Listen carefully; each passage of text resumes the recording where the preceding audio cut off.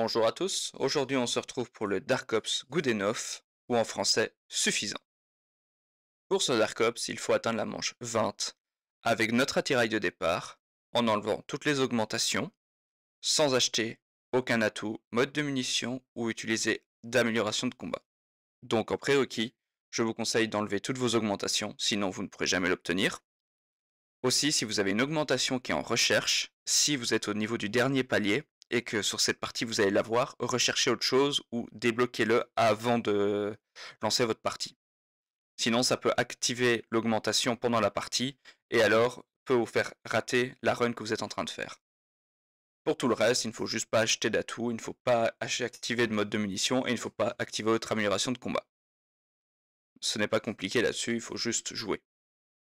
Pendant votre partie, vous pouvez utiliser presque tout ce que vous voulez.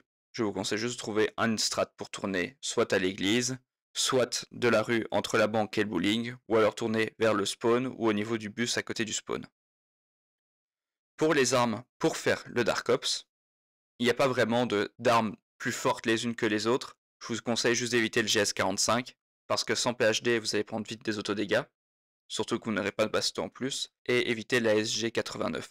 Car même si, sauf si vous n'avez pas mis le chargeur tambour, vous allez souvent vous retrouver avec le chargeur qui est trop long à recharger et vous allez vous faire vite bloquer ou submerger par les zombies. Le mieux que je vous conseille, c'est d'utiliser les fusils d'assaut ou les mitraillettes. Personnellement, j'ai utilisé l'AMS85, mais l'arme que je trouverais le mieux pour le faire est l'ASVAL, qui personnellement nous offre déjà beaucoup de matériaux, et donc qui vous permettra d'augmenter votre arme plus vite.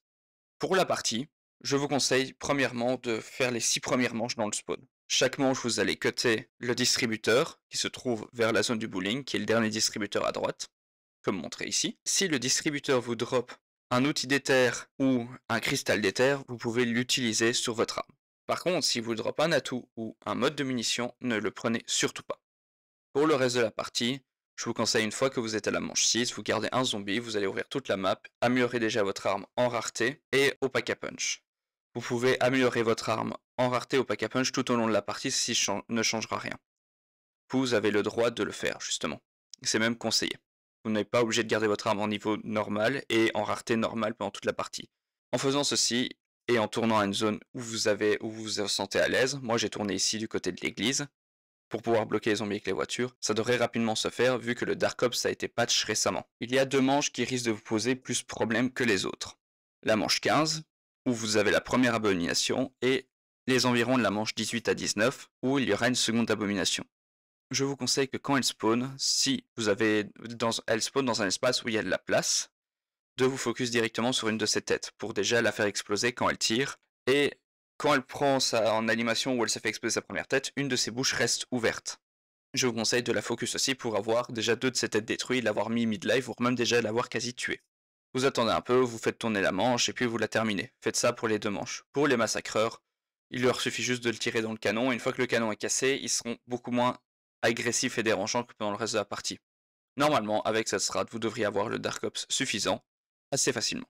Je vous remercie de m'avoir écouté. N'hésitez pas à venir sur Twitch pour voir en avant-première ceci. N'hésitez pas à vous abonner à YouTube, mettre un like et un commentaire. Et on se dit à la prochaine!